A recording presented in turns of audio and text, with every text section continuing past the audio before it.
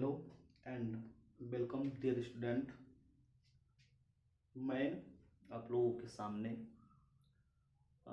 आज से 9th class का मैथमेटिक्स गणित स्टार्ट कर रहा हूं। आप जो है कंटिन्यूअस रूप से सभी वीडियो को देखते रहें और लगातार जो है इसका प्रैक्टिस करते रहें।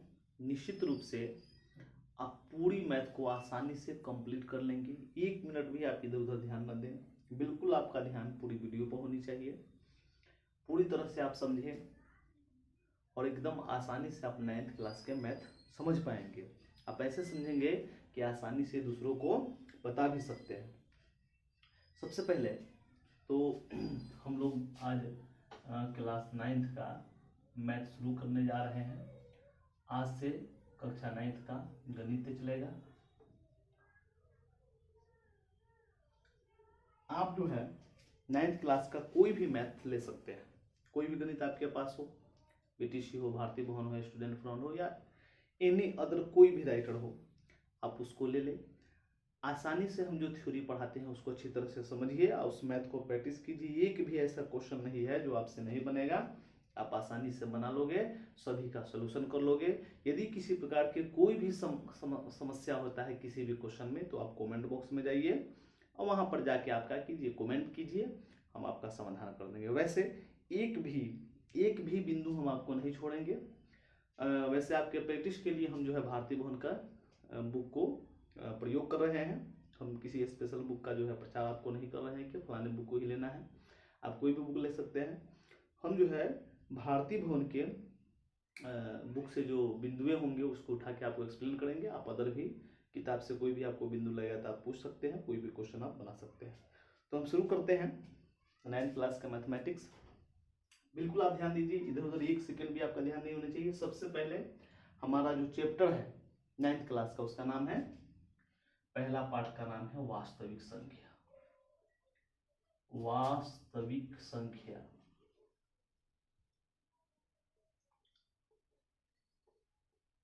ये हमारा चैप्टर है। क्या है? वास्तविक संख्या। इंग्लिश में क्या कहेंगे? Real number. आपको वास्तविक से अच्छा खासा संबंध होगा, 8th क्लास में भी वास्तविक से रिलेटिव बात पढ़े होंगे। वास्तविक संख्या पहले से भी पढ़ते आ रहे हैं, लेकिन बिल्कुल यहाँ आप ध्यान दीजिए, आपको एकदम शॉर्ट में और इजी वे में हम आपको बतला देंगे कि वास्तविक संख्या क्या है। तो चले हम लोग शुरू करते हैं। वास्तविक संख्या, एक लाइन में यदि वास्तविक संख्या का परिभाषा पूछे तो आप क्या कहोगे? कहोगे परिमेय संख्या तथा अपरिमेय संख्या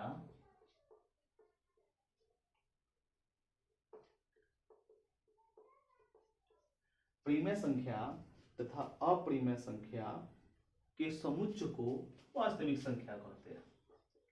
के समुच्चय को,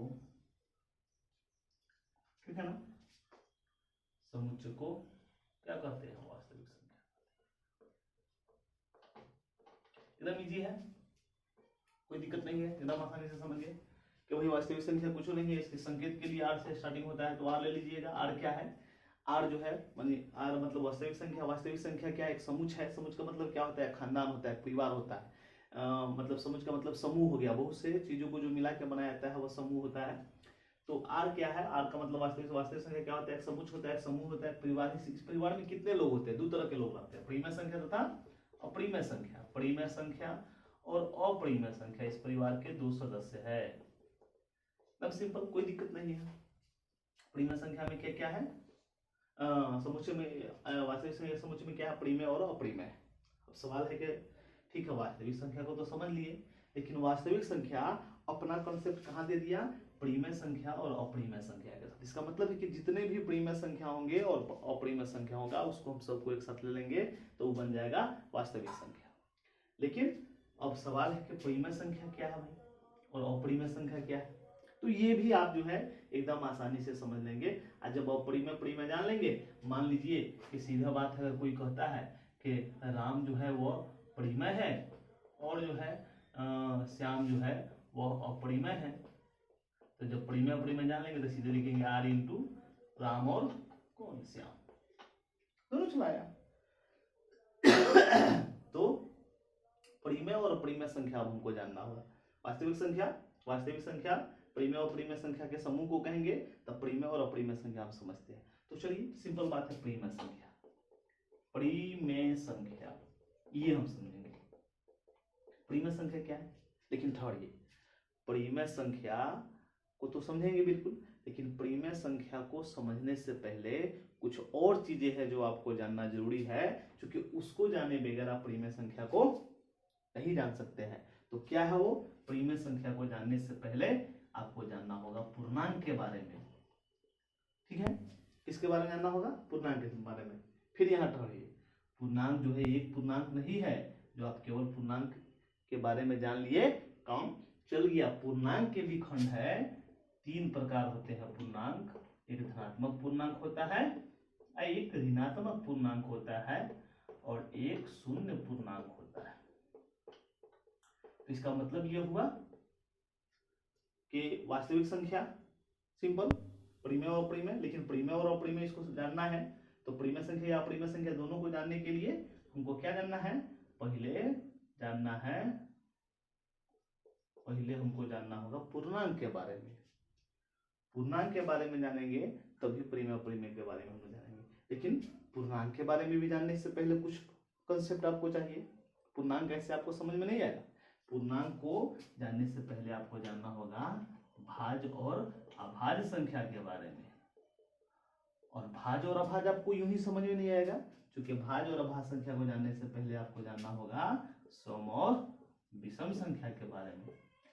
और सम और विषम संख्या को जानने से पहले आपको जानना होगा किसके बारे में? पूर्ण संख्या के बारे में। क्योंकि पूरी संख्या जानोगे, पूर्ण संख्या, तब ना सम या विषम जानोगे।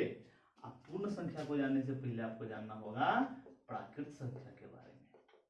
तो सिंपल सा बात है, देखिए कैसे जो है हम क्या करेंगे, पहले प्राकृत संख्या जानेंगे, प्राकृत संख्या से पूर्ण संख्या बनाएंगे, पूर्ण संख्या से सम विषम जानेंगे, सम विषम से हम लोग अभाज्य और भाज्य जानेंगे, अभाज्य और भाज्य से हम लोग पूर्णांक जानेंगे, अब पूर्णांक से परिमेय संख्या जानेंगे, और अपरिमेय जानेंगे, परिमेय अपरिमेय से अपने आप वास्तविक पर हम लोग पहुंच जाएंगे।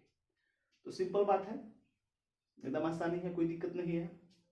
यहाँ पर हम समझ गए। अब जो है हम थोड़ा सा आज इसके बारे में चर्चा करते हैं कि प्राकृत संख्या क्या है। सबसे पहले क्या है? प्राकृत संख्या। यहाँ पर हम नोट करते हैं प्राकृत संख्या क्या है। प्राकृत संख्या के बारे में जानते हैं। तो प्राकृत संख्या क्या है? तो एक लाइन में कहेंगे गिनती की संख्या को प्राकृत संख्या कहते हैं। किसको कहते हैं? गिनती की संख्या। कहां से शुरू गिनती होता है? 1 से 1 2 3 4 चले जाइए, यहाँ तक जाना है अनंत तक। गिनती की संख्या प्राकृत संख्या है। सिंपल, 1 2 3 4 5 और 100 प्राकृत संख्या हो गया। सभी संख्या आएगा तब ना वही वास्तविक संख्या परिवार में सब चलाएगा। तो प्राकृत संख्या गिनती की संख्या है, और प्राकृत संख्या के समूहों को, उसके समुच्चय को n द्वारा सूचित करते हैं। तो लिखेंगे n बराबर 1 2 3 डॉट डॉट डॉट, जहां तक ले जाना वहां तक ले जाइए। n द्वारा किसको सूचित करते हैं? प्राकृत संख्या को। इसी प्राकृत संख्या में जब क्या मिला दीजिएगा, 0 मिला दीजिएगा, तो कथी बन जाएगा? पूर्ण संख्या बन जाएगा। क्या सीधी बात है? गिनती संख्या प्राकृत है, अब प्राकृत में क्या मिला देते हैं? प्राकृत में केवल शून्य मिलाने पर वह क्या बन जाता है? वह बन जाता है पूर्ण संख्या।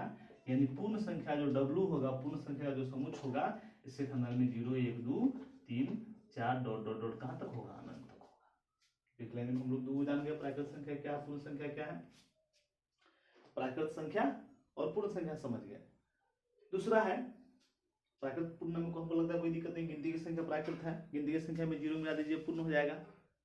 तो एकदम आसानी हो गया। उसके समुच्चय को n द्वारा, इसे समझो W द्वारा सूचित करते हैं। अब उसमें आगे चलते हैं हम लोग सम और विषम। तो हम लोग जो है बचपन में हमेशा जो है पढ़ते होंगे कि वैसी संख्या जिसमें 2 से विभाज्य होता है वो सम होता है, जो 2 से विभाज्य होता है वो विषम होता है। ऐसा हम लोग जो है पढ़ते आए हैं। लेकिन इसका जो है थोड़ा सा कॉन्सेप्ट हो जाएगा। आपसे पूछ जाएगा कि 0 बताइए क्या है, आपसे पूछेगा कि बताइए 1 क्या है। इस सब का कॉन्सेप्ट थोड़ा सा क्लियर नहीं उससे हो पाता है।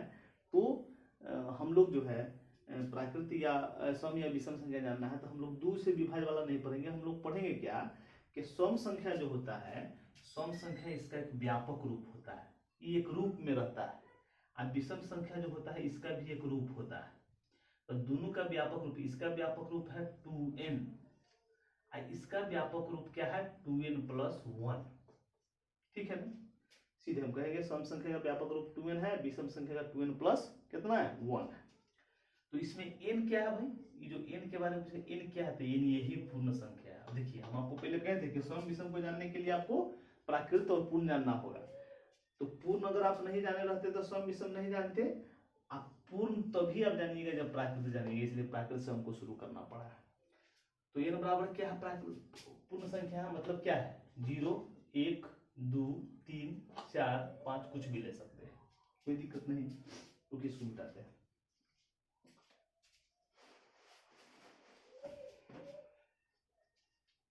अब देखिए हम जो है जैसे मान लीजिए आपसे पूछेगा कि 18 कौन संख्या है, तो हमको 2 के रूप में इसको लाना है, तो इसको हम 2 के रूप में ला देंगे। तो 2 और 2 से कितना में गुना करेंगे तो 18 हो जाएगा, तो भाई 9 में 2 गुने 9 18 हो गया। तो ये 2 के बदला में 2 हो गया, 9 के बदला में हम क्या लिख सकते हैं, तो 9 कौन संख्या है, प्राकृत संख्या है या पूर्ण संख्या है, दोनों है। तो इस 9 के बदला में हम क्या लिख सकते हैं, क्योंकि यहाँ हम n बराबर क्या बोले थे, n आपको बोले थे कि पूर्ण संख्या होगा, तो यहाँ जो 9 है 9 के बदला में n लिख सकते हैं। तो 18 का व्यापक रूप क्या होगा, 18 बराबर हो गया 2n, जहाँ n बराबर कितना 9, तो 2n के रूप में चलाया, और 2n किसका है, सम संख्या है, तो सम हुआ।